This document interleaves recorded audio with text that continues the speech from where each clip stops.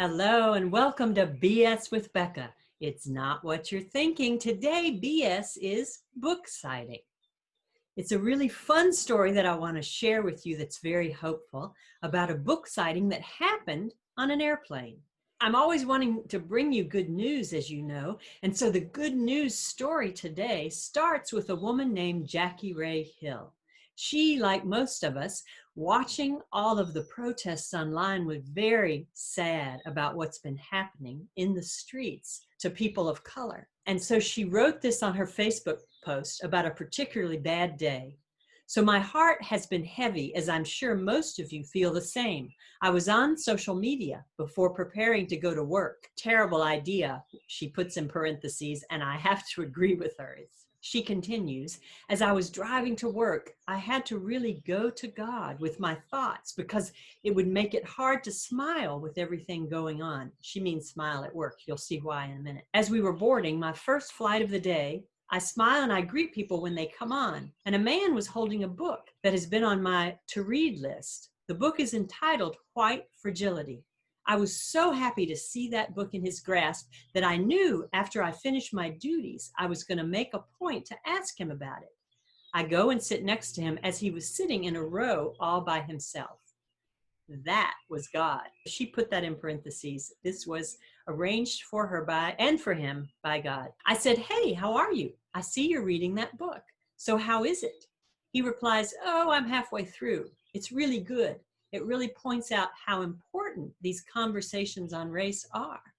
As I began to respond, the tears just started falling. I've been so sad every day, and I just want to understand and be understood so we can begin to fix it. I'm pretty sure I startled him by seemingly dumping all my emotions on him, but his reply was, "I'm so sorry. And it's our fault that this is like this." We continued to talk, and when I tell you, it was everything I needed. I was happy even though I was crying. I went on to tell him about my prayer on my way to work today and that God answered that prayer for me with this conversation. As our conversation came to an end, he asked me my name and I told him Jackie Ray. And then he said, "Well, I'm Doug Parker, the CEO of American Airlines."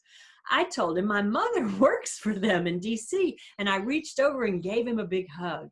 I had to. Yes, we were both masked. She reassures us. I thanked him for being open and allowing this conversation to happen because I just needed to hear it. And I walked off.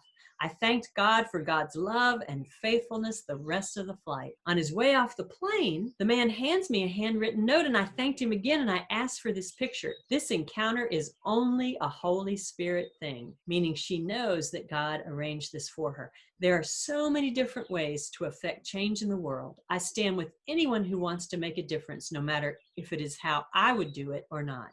I believe God answered my prayer so perfectly that I want to be a part of an answered prayer for someone else. Now, what's really fascinating is that Doug himself then, he had sent her the piece of paper he gave her. It's the back of his printed out boarding pass. So on the back of his boarding pass, "Thank you so much for coming back to speak with me. It was a gift from God and an inspiration to me.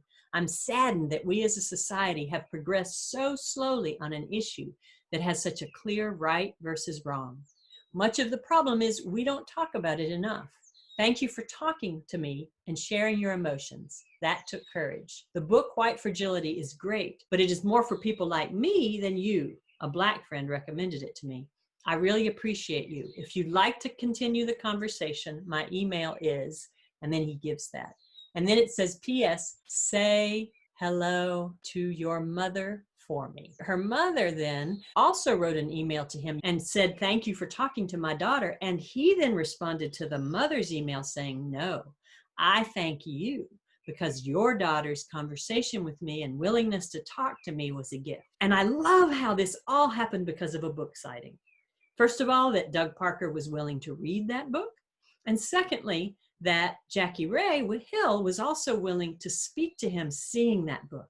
Because I think a lot of our problem is it's not that we are mean or we don't want to talk, it's that we're scared to talk and afraid we will say the wrong thing. And we need to be willing to go ahead and talk, but more importantly, listen. You know, the old thing, the old folk wisdom, God gave us 2 ears, but only 1 mouth. We should listen twice as much as we talk. And so Doug Parker listened to her and really listened. And it's so important because we can't know what's going on for another person unless we really listen to them. So I think both of them listened to each other that day, and a miracle happened. It was an answer to prayer. So let's all be open to that. First of all, those of us who are privileged, we should read books that help us to understand the perspective of others. White Fragility is a good one, but it is written from a white perspective.